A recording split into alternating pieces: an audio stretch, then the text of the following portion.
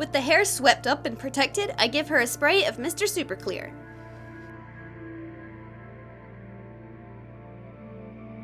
I think I was getting too confident with the airbrush at this point because I tried to add blush, but it came out way too strong. I still have a lot to learn. Nonetheless, I'm going to work with it and see what I can do.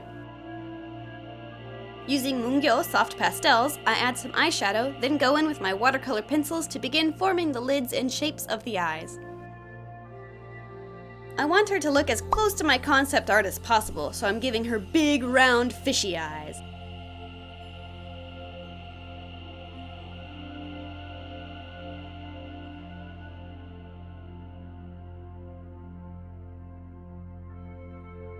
I sketch out her big, bold eyebrows at the same time in an attempt to keep them even. I think I did pretty good this time.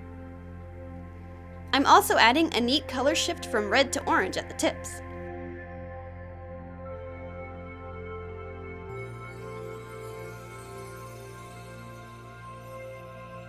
When you can't move forward anymore, spray the doll again with your sealant.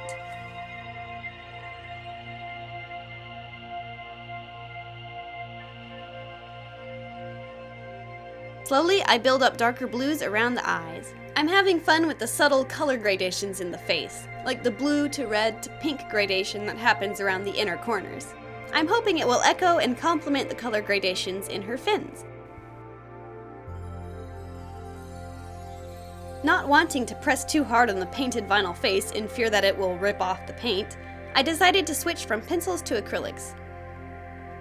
As well as adding white to the eyes, I'm also adding white lines to the edges of the eyebrows, around the tear duct, and the cupid's bow of the lips.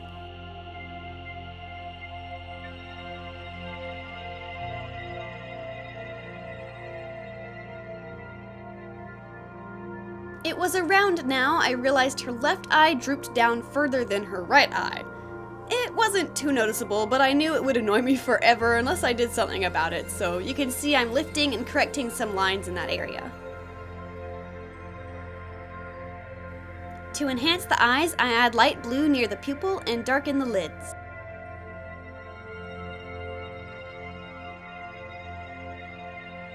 Taking red, I carefully thicken the eyebrow hairs with a teeny little paintbrush. Now for the eyelashes. I'm only going to draw on the bottom lashes because I'll be giving her top lid some 3D lashes later. I add a deep red to the center of the pupil. I'm hoping this will give the face the perfect touch of eerie and mysterious beauty. To fake an open-mouthed smile, I'm going to blob in some white acrylic paint very carefully. To help sell the illusion, I use a dark red to shade the lips, creating a fake edge. Time for the fun eye shines!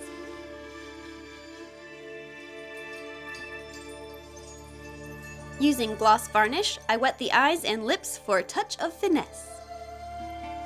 So shiny. I'm going to set her aside for now and work on the accessories. Using a mannequin doll, which is now my Laguna's body with the Katrine head, I make some fin-like ears as well as some seashells and accessories out of Sculpey clay. For her coral belt accessory, I form the basic shape with armature wire before fleshing it out with epoxy sculpt, trying it on the doll all the while so that it fits her body shape.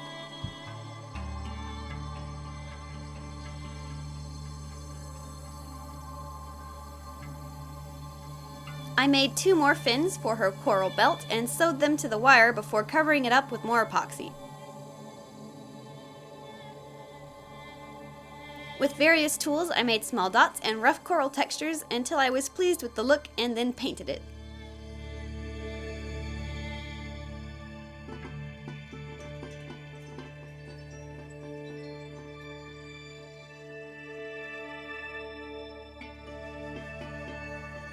I left one part of the belt bare wire on purpose so that I could clamp it onto the doll, mostly complete, before adding the final touches with epoxy and paint.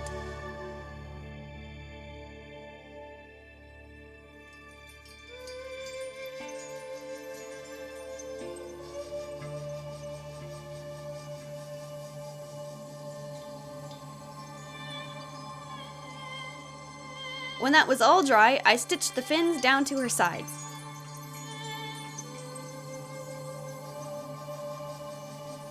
For final touches on the fin, I used fabric paint to freehand details which I painted with acrylics once it dried.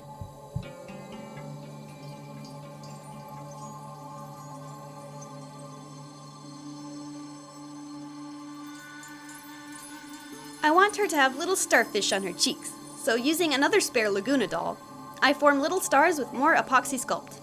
This way, they will dry with the exact subtle curvature of Laguna's cheeks, so I know they will transfer and sit perfectly on my mermaid's face.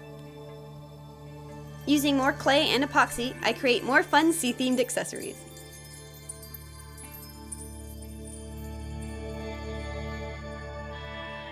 Once everything is baked or dry, I paint them to match my mermaid's design. I really love making clay shells and little starfish. I've always loved and been interested in the ocean, and I think that comes through with how much effort I put into the details. At least I hope it does. If you're ever stumped on how to paint something, looking up reference images can be a big help.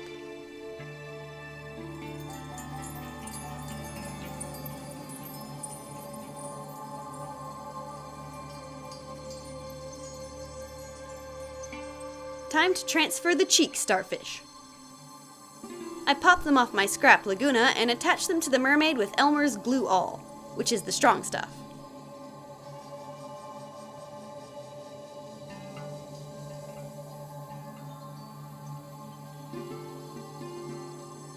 Because more sparkle is always better, I'm going to add a couple of pearl decals from the scrapbook section of Hobby Lobby with the same glue.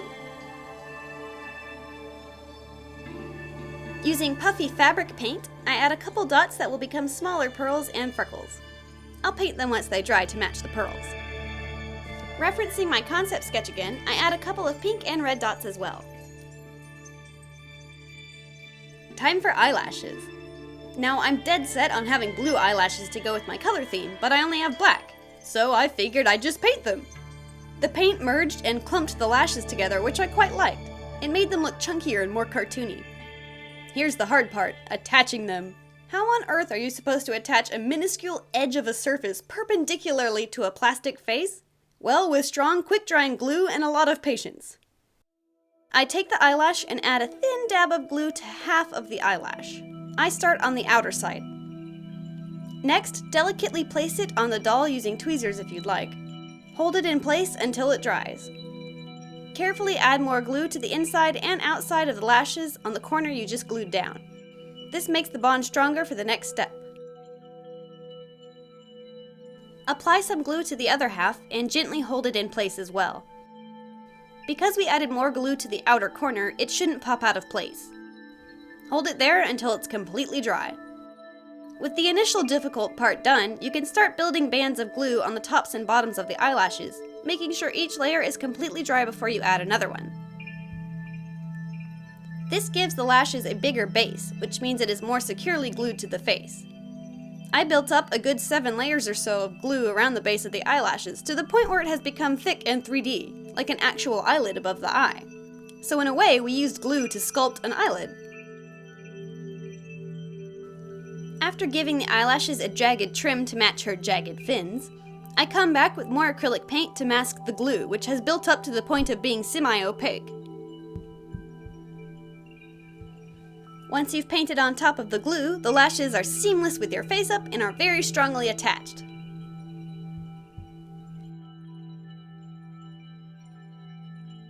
It's time to take her hair down and style it. Since this video is already very long, I'll point you in the direction of these doll hair pros if you'd like to know more about curling doll hair. Let's not forget those mermaid ears.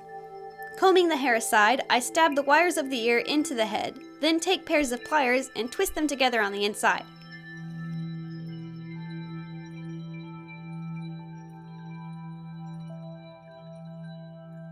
With some final hairstyling and braids, it's finally time to reattach her head. My sister came to visit me this past January, and we had so much fun together. Naturally, my doll didn't make much progress, so it felt like this poor thing has been headless for weeks. So putting it back on was very satisfying. With her reassembled at last, I can finally pose her. The fins and tail look pretty good when bent, and it has a fairly good range of motion too. I'm very pleased with how she turned out.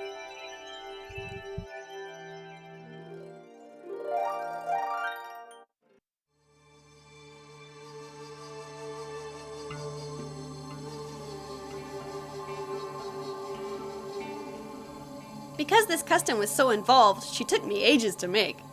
Still, I think she's one of my best yet because I put so much love and effort into the details.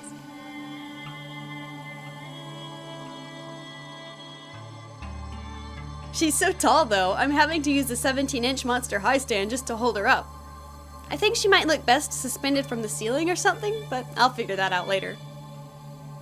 I think the fabric looks cute, but it does slightly deform when bent and breaks the illusion of a scaly fish fin.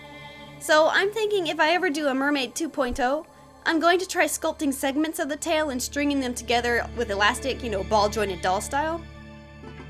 What do you guys think? If you were to transform a Mermicorno into a doll, which one would you have chosen?